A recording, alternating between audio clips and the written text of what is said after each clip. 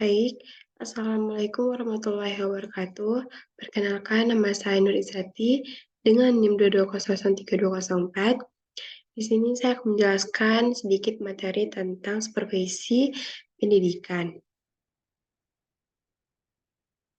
Yang pertama ada konsep dasar supervisi pendidikan. Secara etimologi, istilah supervisi diambil dari perkataan bahasa Inggris, supervision, yang artinya pengawasan di bidang pendidikan. Orang yang melakukan supervisi disebut dengan supervisor. Secara morfologi, supervisi terdiri dari dua kata, yaitu super berarti atas atau lebih, visi artinya lihat atau awasi. Tujuan pelaksanaan supervisi terkait dengan apa yang hendak dicapai dari kegiatan supervisi. Tujuan dari supervisi pendidikan oleh Amatembun dibagi ke dalam dua bagian. Yang pertama yaitu tujuan umum supervisi pendidikan. Terbagi menjadi tiga bagian. Yang pertama, tujuan umum pendidikan. Kedua, tujuan umum pendidikan nasional. Ketiga, tujuan terdiri dari supervisi pendidikan. Yang kedua yaitu tujuan khusus supervisi pendidikan terbagi menjadi tiga bagian. Yang pertama, supervisi akademik. Yang kedua, supervisi administrasi. Yang ketiga, supervisi lembaga. Fungsi supervisi pendidikan dijelaskan bahwa fungsi utama yang merupakan tugas-tugas pokok seorang supervisor di bidang pendidikan adalah yang pertama sebagai penelitian, yang kedua sebagai penilaian, yang ketiga sebagai peningkatan. Selanjutnya, ruang lingkup supervisi pendidikan. Ruang lingkup supervisi pendidikan merupakan seluruh aspek kemampuan yang ada kaitannya dengan penyelenggaraan suatu sekolah. Ruang lingkup supervisi pendidikan secara umum meliputi supervisi akademik yang berhubungan dengan aspek pelaksanaan proses pembelajaran. Supervisi akademik dilakukan dengan pendekatan supervisi klinis dan supervisi manajerial yang berhubungan dengan aspek pengelolaan dan administrasi sekolah yang mengacu.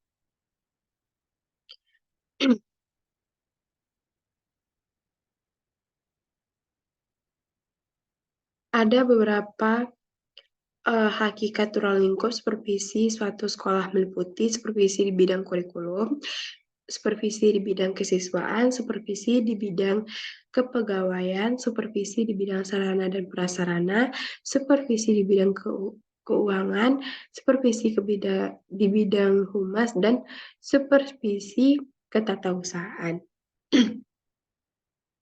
Selanjutnya, prinsip-prinsip supervisi pendidikan. Sebagai seorang supervisor yang baik harus memahami prinsip-prinsip atau asas-asas supervisi pendidikan untuk dapat dipergunakan sebagai landasan dalam menunaikan tugas supervisi.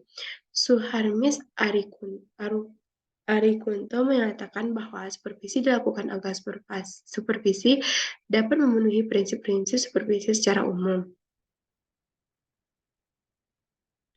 Ada beberapa prinsip-prinsip supervisi secara umum, yaitu supervisi bersifat memberikan bimbingan dan memberikan bantuan kepada guru dan staf. Yang kedua, pemberian bantuan dan bimbingan dilakukan secara langsung. Yang ketiga, apabila pengawas atau kepala sekolah merencanakan dan memberikan saran atau umpan balik, sebaiknya disampaikan segera mungkin. Yang keempat, kegiatan supervisi sebaiknya dilakukan secara berkala. Yang kelima, suasana yang terjadi sama supervisi hendaknya mencerminkan adanya hubungan yang baik. Yang keenam, untuk menjaga agar dapat dilakukan dan ditemukan tidak hilang atau tidak terlupakan. Yang selanjutnya, materi tentang peranan kepala sekolah sebagai supervisor. Peranan kepala sekolah sebagai supervisi sangat perlu dalam meningkatkan mutu pendidikan di sebuah sekolah. Sebagai seorang supervisor, kepala sekolah memiliki tanggung jawab untuk mengawasi memberi bimbingan, dan mendukung kinerja para guru serta staf sekolah. Melalui peran sebagai supervisor, kepala sekolah dapat menciptakan lingkungan pendidikan yang efektif, mendukung perkembangan staf, dan meningkatkan hasil belajar siswa. Sekian presentasi dari saya ucapkan terima kasih.